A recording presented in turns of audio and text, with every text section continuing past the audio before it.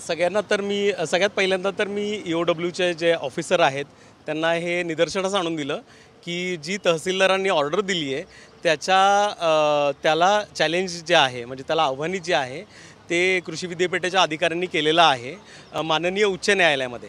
तर ज्या माननीय उच्च न्यायालयामध्ये ज्या ऑर्डरवरती चॅलेंज केलं आहे त्याच ऑर्डरवरती चुकीची माहिती देऊन ही FIR नोंदवण्यात आली आहे.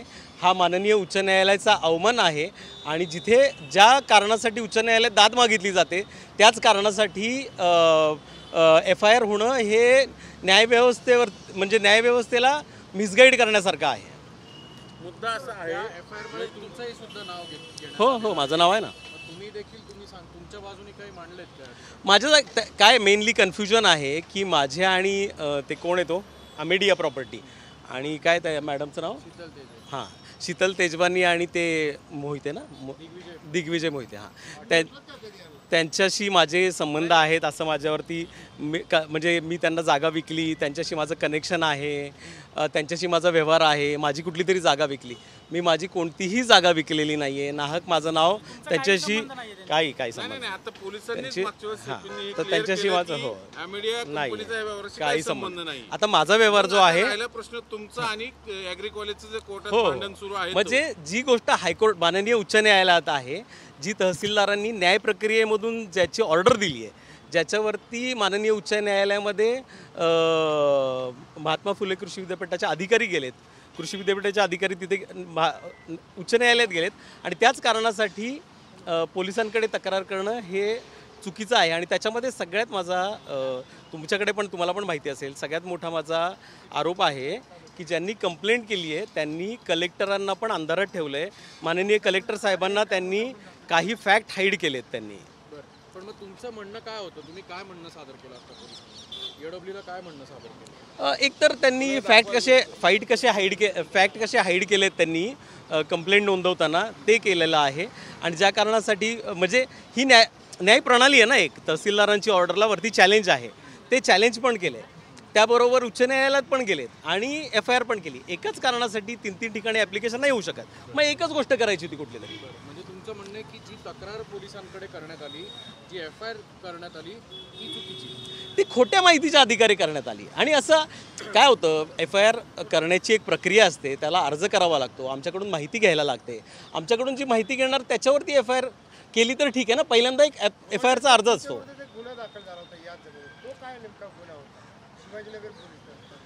हा पूर्वी जो होता ही जागा ना पुणे महानगर परिवहन महामंडळ यांच्यासाठी आरक्षित आहे.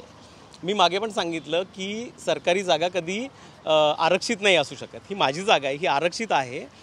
बस पार्किंगला सध्या लागते ती जागा बस डेपोसाठी. तर त्या बस डेपोसाठी ही जागा देण्याची मी तयारी दर्शवली आहे. तशा कलेक्टर साहेबांनी आम्हाला नोटिसा पण पाठवल्यात की ही जागा त्यांना बस डेपोसाठी हवी आहे. तर त्यासाठी आम्ही पत्रव्यवहार केलेला आहे आणि त्यांना जागा देण्याची सहमती दर्शवली आहे.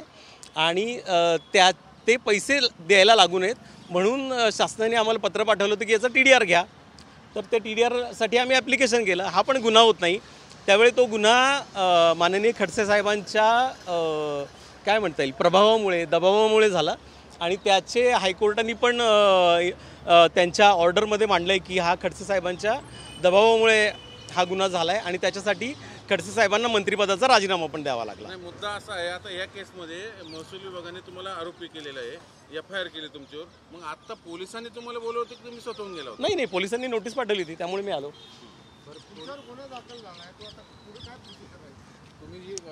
आता बघा सगळ्यात महत्त्वाचं म्हणजे त्याची प्रोसिजर आहे.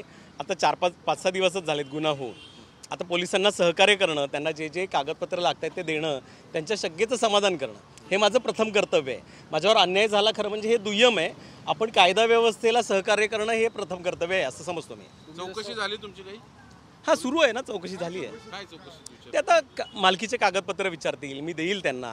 मी त्यांना दाखवेल मी त्यांना कुठलाही खोटा कागदपत्र दिलेली नाही आहेत. मी कुठलंही फ्रॉडुलंट काम केलेलं नाही आहे. मी कायद्याचा गैरवापर पण केलेला नाही आहे. निव्वळ आयदर गैरसमजातून किंवा काही कारणांनी माझ्यावरती FIR करण्यात आली असेल तर त्याचं मी शंकेचं निरसन करेन. FIR क्वॉश करायला एक कोर्टाची प्रक्रिया आहे. जर ती प्रक्रिया करायची असेल तर तुम्ही कोर्टात जाणार आहात का FIR रद्द व्हावी म्हणून? हां, मी आता ते वकिलांशी बोलतो आहे. खरं म्हणजे कोणत्या प्रक्रियेने जायचं, पण पहिल्यांदा तर पोलीस यंत्रणेचं समाधान करणं हे माझं प्राथमिक कर्तव्य समजतो मी.